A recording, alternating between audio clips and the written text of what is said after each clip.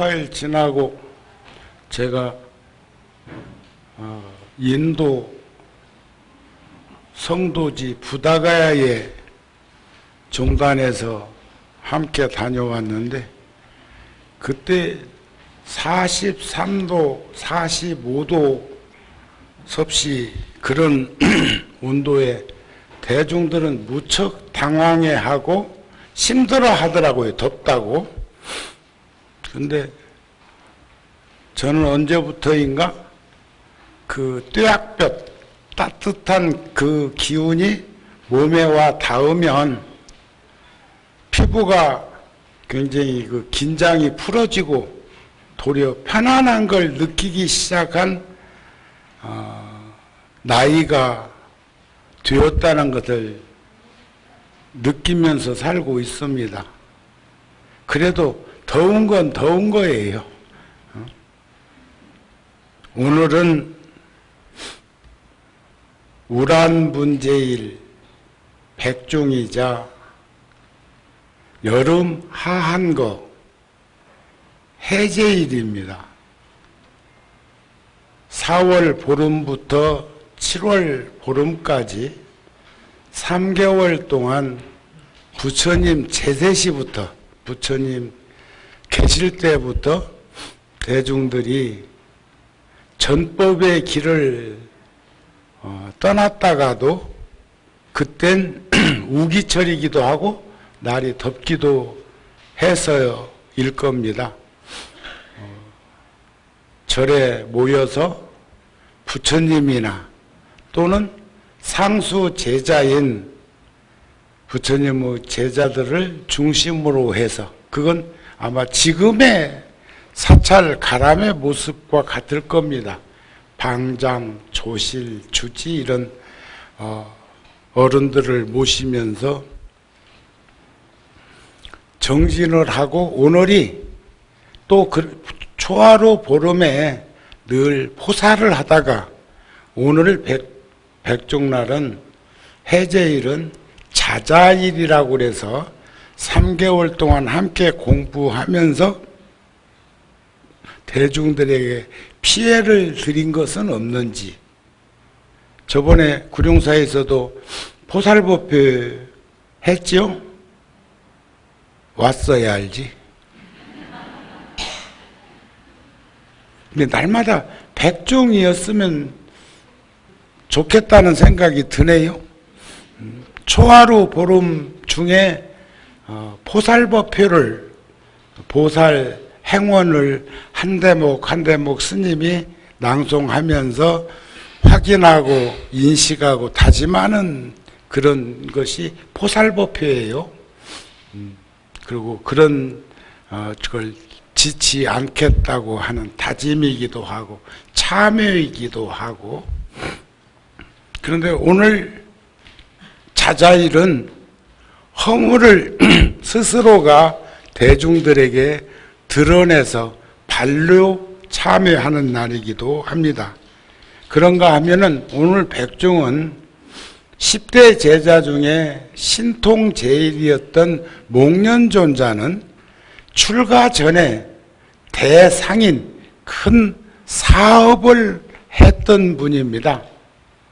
그리고 출가자가 아무것도 안 가지고 있을 줄로 생각들을 하는데 그 스님은 사업 얻은 분이니까 그 당시에도 은행이 있었던 건 아닐 건데 그 당시에도 재정적으로 좀 넉넉한 스님이었구나 하는 생각을 가지게 하는 걸 보면 그때도 경제 원리는 지금이나 진배 없었겠다는 생각을 하는데 상업을 하면서 돈을 벌어다가 어머니에게 갖다 주면 어머니는 생전에 주로 뭘 하셨느냐 하면 불교의 살생을 금하는 이런 금계를 지킨 것이 아니라 양이나 뭐 이런 걸 많이 잡아서 피를 이렇게 공양 올리는 그런 종교에 심취되어 있었던 것이 아닐까 싶습니다. 그런데 어머니가 돌아가신 다음에 신통이 수승했던 목련존자가 어머니를 관해 보니까 사막도에서 엄청난 고통과 괴로움을 겪고 있는 것을 목격하게 되고 부처님께 어머니를 어떻게 하면 구제할 수 있겠느냐고 여쭤보고 부처님께서 오늘 7월 백중 자자일 우란분제일 백중날 만발 공양을 많은 대중들에게 공양을 올리고 어머니를 위해서 기도하면 될 것이다. 이런 것이 2600년 동안 이어져 내려오고 있다. 이렇게 이제 보시면 되겠고, 특히 우리 불교에서는 공양 가운데 가장 으뜸인 공양이 법공양인데, 법공양과 승필 같은 공양이 있으니 부모님께 효도하고 어른들께 효순하는 공양이 법공양과 같다 이랬단 말이죠. 또 그러기만 한 게 아니라 3세 과거 현재 미래에 인연을 맺었던 혈육들이나 또는 많은 인연 중생들을 위해서 지금도 여기 위패에 보면 이름 없는 위패도 있어요. 또 그런가 하면 유주무주 애혼고혼, 저도 지금 영단에 가가지고 향을 사르고 거기서 일심으로 합장하면서 절을 올리는 것은 상세 선망부모, 다생사존, 누대종친, 원근 친척 등 거기 큰 위패에 적혀져 있습니다. 그러니까 우리는 꼭 부모 형제만을 의미하는 것이 아니고 함께 살아왔던 많은 생물, 중생 다 함께 천도하는 기간인데 지금 뭐 코로나가 어찌고 저찌고 해도 또 평소에 법회는 초하루나 관음제일이나 보름법회나 지장제일이나 다양한 절에 법회가 있고 일요 가족법회가 있지만 매주 금요일날 해왔던 지장보살님 전에 위패 모시고 기도해왔던 그 시간에 불자들이 항상 많이 운집되는 걸 보면 얼마나 우리는 인과를 믿고 윤회하는 우리 중생들의 삶을 부정하지 않는 우리들인가를 보게 된다. 우리가 안목이 부족해가지고 어디 계신 것은 확실하게 모르지만 지금 이 한법당에 우리 같이 있고 1층 회관에도 저 다리가 좀 힘들고 또 마룻바닥에 앉기가 좀 힘든 불자들은 아예 지금 1층 회관에도 많이 앉아 계신데 여기서 안 보이거든요. 그분들은 영상으로 화면으로 제가 지금 법회하는 이 시간을 보고는 계시지만 지금 여기 계신 불자들도 이미지적으로는 절에 열심히 오시는 분들은 이렇게 계시고 3분의 1 정도는 지금 마스크로 가려놓고 있어도 누가 누군지를 정우 스님은 느끼고 있다고요. 아, 오셨네? 이렇게. 그런데 잘 안 오는 이는 또 오래간만에 온 이는 그분한테서 나는 냄새가 있어. 서먹서먹한 냄새. 쫄깃쫄깃한 냄새. 정우 스님을 1년 내에 한 번도 못 봤어도 열심히 다니는 분은 그 냄새가 안 나. 왜냐하면 자기 도리를 하고 있는 분들은 그 모습이 당당할 거라는 거죠. 이해가 되시죠? 그래서 제가 이제 보면 어떤 불자들에게는 아이고 오래간만입니다. 이렇게 말하는 분도 있어. 오래간만인 냄새가 나니까 오래간만이라고 하는 거예요.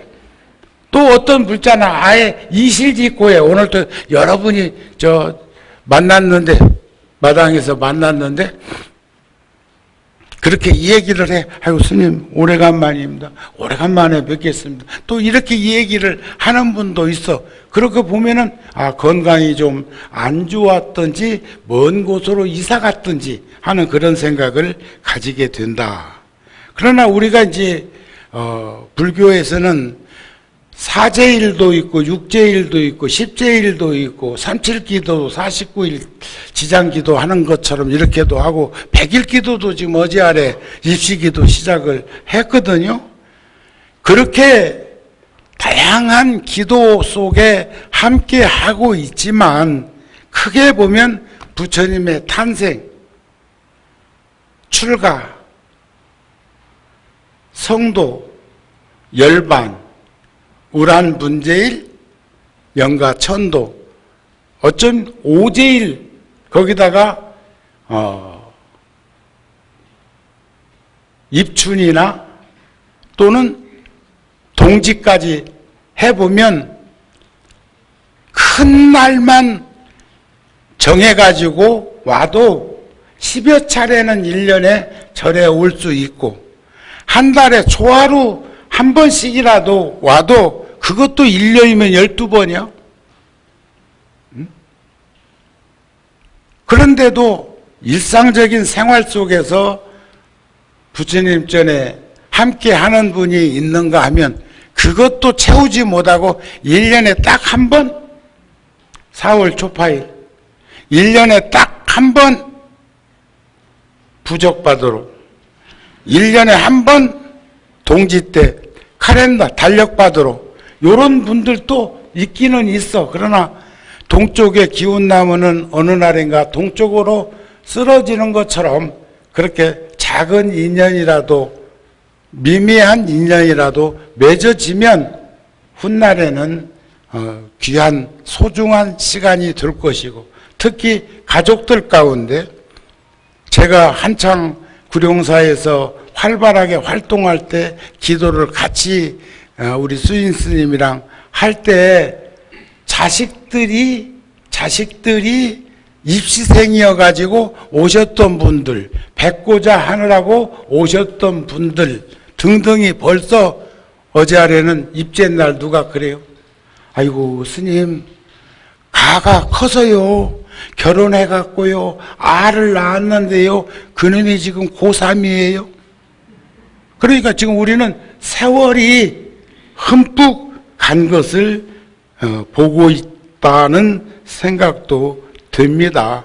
자, 우란분이라는 말은 거꾸로 박쥐처럼 매달려 있다는 뜻도 담겨져 있고 그 불확실한 중생들 오탁악세에서 번민하고 고뇌하고 갈등하고 고통과 괴로움 속에 흔들림을 지니면서 살고 있는 이들을 위해서 우리는 다양한 방편의 방법으로 기도를 하고 있는데 백종은 영가를 위한 기도 그리고 우리도 다 훗날 예비 영가요. 여기 안 돌아가실 분이 있어?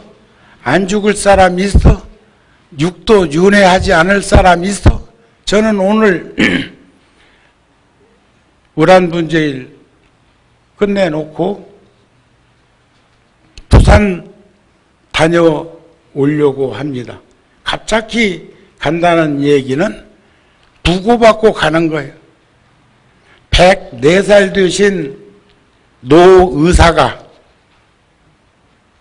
통도사 스님 중에 내과에 치료를 요하는 스님들이 아프면 그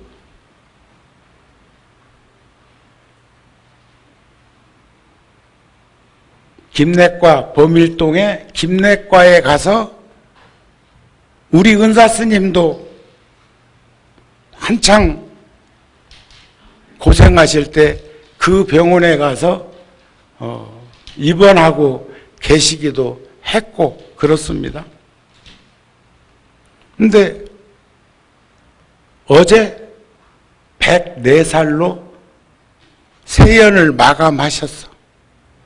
통도사에서 외정시대 때 장학금을 받아가지고 일본 제국대학 의과에 가서 의사가 되셨고, 또 그 젊은 시절에 뒷바라지를 해줬던 스승이 구화노 스님이신데, 65년도에 열반하신 구화노 스님이신데, 그 스님의 기일에는 한 해도 거르지 않고 꼭 온 가족이 참석을 했어요. 또 그런가 하면 평생 동안 모았던 소중한 문화재 작품들을 통도사 박물관에다가 수백 점 들여 넣으시기도 했어요.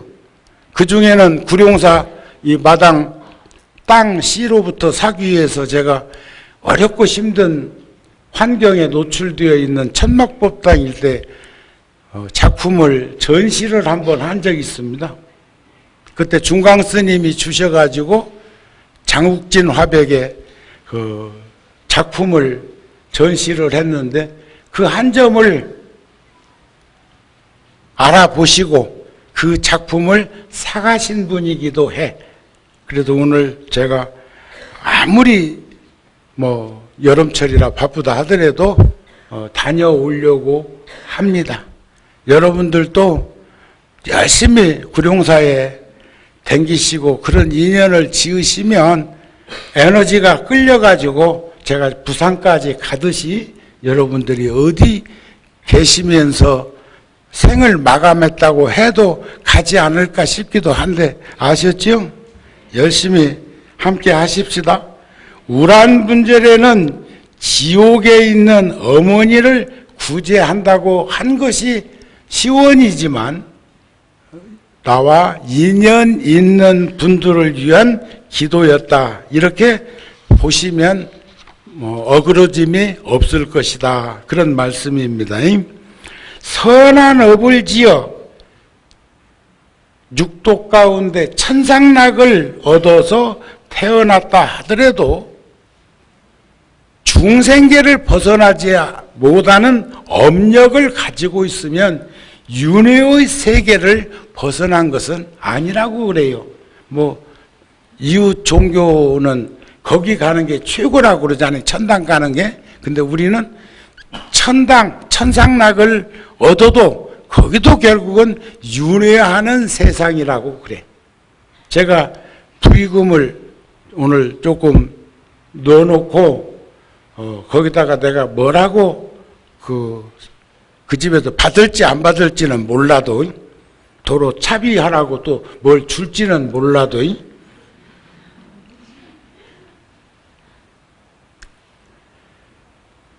극락정토 왕생하셔서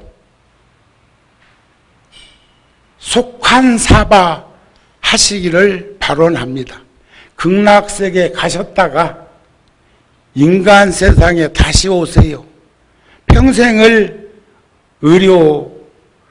의술을 그렇게 했던 야광보살이시니까 인간 세상에 다시 오셔서 또 많은 이들이 힘들고 어려운 것들을 보살행을 하십시오 하고 제가 봉투에다가 그렇게 써놨습니다.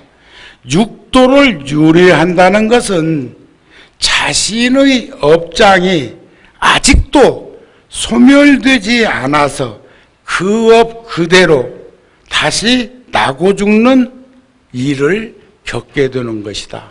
그래서 늘 정토 삼부경에도 또 아미타경에도 또 무량수경에도 관무량수경에도 또 보현 행원품에도 다양하게 돌아가신 영가에 대한 말씀을 하게 될 때에 저의 정토론도 그렇습니다. 일생모처에 오르는 보살이 되면 극락정토에 왕생할 때 이미 원력보살이 되고, 우리는 윤회하는 세상에 태어나지만 원력보살은 환생자입니다. 환생자. 그러니까 그때는 업력으로 윤회하는 세상에 끄들리는 것이 아니라 스스럼 없이 내가 어디든지 갈 수 있는 그런 심과 지혜가 생긴다, 이런 말씀이에요. 이러한 영가들은 비록 극심한 고통을 겪지 않는다 하더라도 이승에 대한, 우리가 살아왔던 이 세상에 대한 미련을 버리지 못하고, 제가 젊은 시절에 영가가 돌아가셨다고 연락을 오면 몸도 마음도 건강한 그 시절인데도 영가 앞에서 시달림을 해보면, 연부를 해보면, 내가 가족들로부터 무슨 말을 들은 적은 없는데 그분이 아팠던 부위는 민감하게 작용해가지고 느끼기도 하곤 그랬어요. 또 그런가 하면 듣지는 못했지만 연부를 해보면 신명이 나서, 잘 사신 분들은 신명이 나가지고 시간 가는 줄 모르고 연부를 해드리는 경험도 있어요. 지금도 마찬가지. 어떤 분은 이생에 대한 미련을 버리지 못하니는 무거워. 이렇게 저기압일 때 나이 먹으면 날씨 따라서 몸이 무거워지는 것처럼, 그렇다 해서 선무당 사람 잡듯이 거기에 또 매달리고 치우쳐가지고 어쩌고 저쩌고 할 일은 아닙니다. 다만 그렇다 그 말이야. 말이 그렇다 그 말이야. 오늘 또 날이 좀 무거운 날이요. 그런데도 불자들이 이렇게 많이 와서 지극한 마음으로 일심합장한 그 모습은 우리 서로에게 힘을 불어넣어주고 있어서 신명나는 기도가 될 수 있다, 이런 말씀이 아닐까 싶습니다.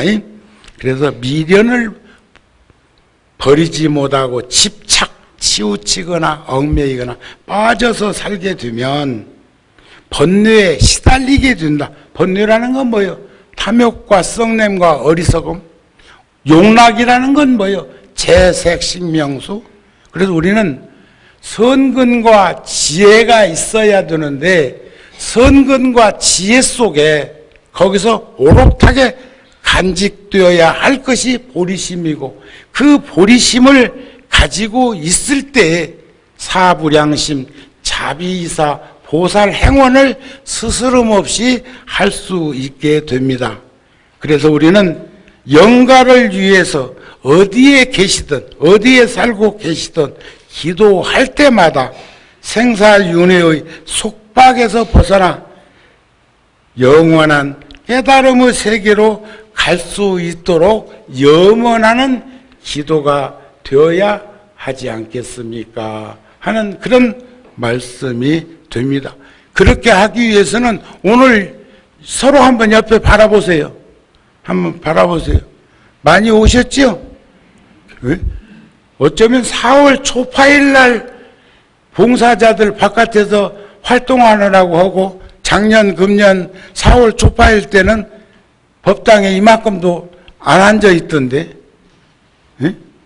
그것은 양부에서 그런 게 아니고 대중이 많이 있는 곳을 조심하느라고 그런 거 아닐까 싶어서, 백척간두에서 진일보할 수 있는 우리는 힘과 용기와 지혜를 우리 인생에다가 같이 가지고 살아야 될 건데도 그렇게 쫄밋쫄밋하는 거 보면은 참 그래. 지수화풍 4대로 404병이 우리 몸에 도사리고 있대요. 지수화풍 4대 육신으로 되어 있는 이곳에 큰 틀에서 보면 병원체가 404가지나 있대요.